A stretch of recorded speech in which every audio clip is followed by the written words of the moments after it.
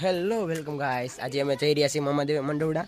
અમારી ભેગી કાવિંગ ને બધા આવી છે, તો અમે ગાડી લઈને જઈએ છીએ. કાવિંગ ને બધા આવવાના છે રિક્ષામાં. કાક આવ્યા મજા આવશે ને? ચાલો ગાઈસ, અમે મંડોડા જઈને તમને ચેક કરાવી આગળ.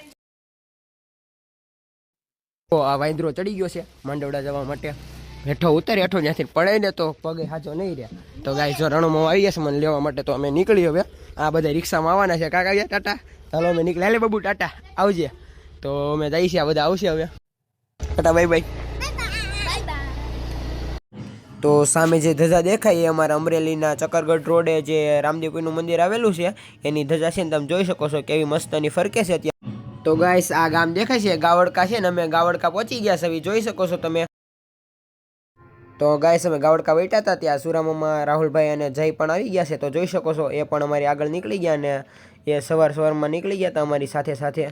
તો સુરામાને નીકળી ગયા છે ને અત્યારે જોઈ શકો છો ગાઈસ. તો અમે જઈ રહ્યા છીએ માંડવડા અને રણુમાં કે મને લે, તો મેં કહ્યું એમને લઈ લેવી, એમાં હું આપણે થોડો કંઈ વાગશે.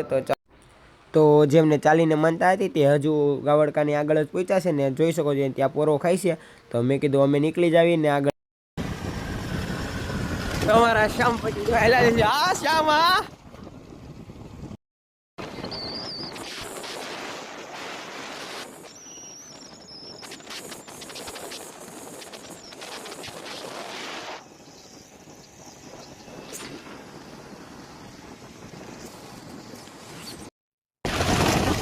તો ગાઈસ, જો આ બધા હાલવા વાળા ચડી ગયા છે રિક્ષામાં, કારણ કે બધાને પગ દુખવા મળ્યા હતા. કેમ હાલવા વાળા કેમ તમારે બધાને હાલીને આવવાનું હતું ને, કેમ ચડી ગયા રિક્ષામાં?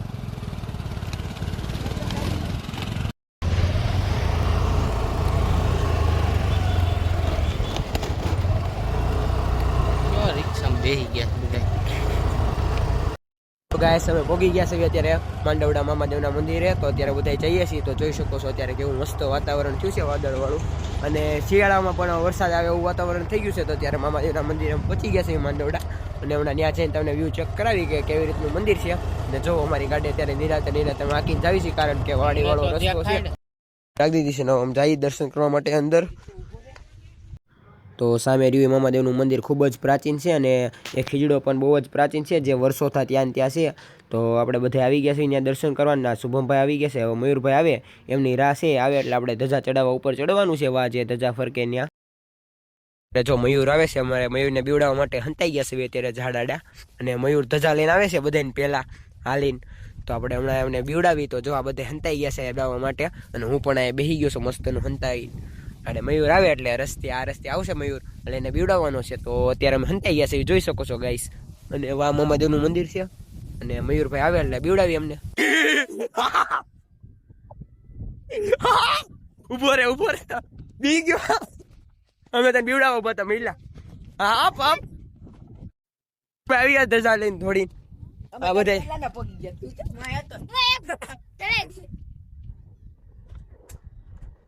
તો હાલો ગાઈસ, મારી ધજા આવી ગઈ છે. લાઈટ કરી દેવું છે.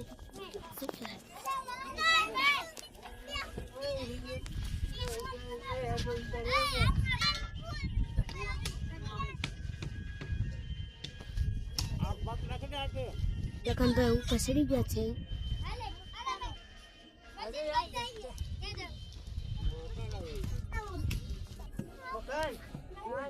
જો બધા રમે છે.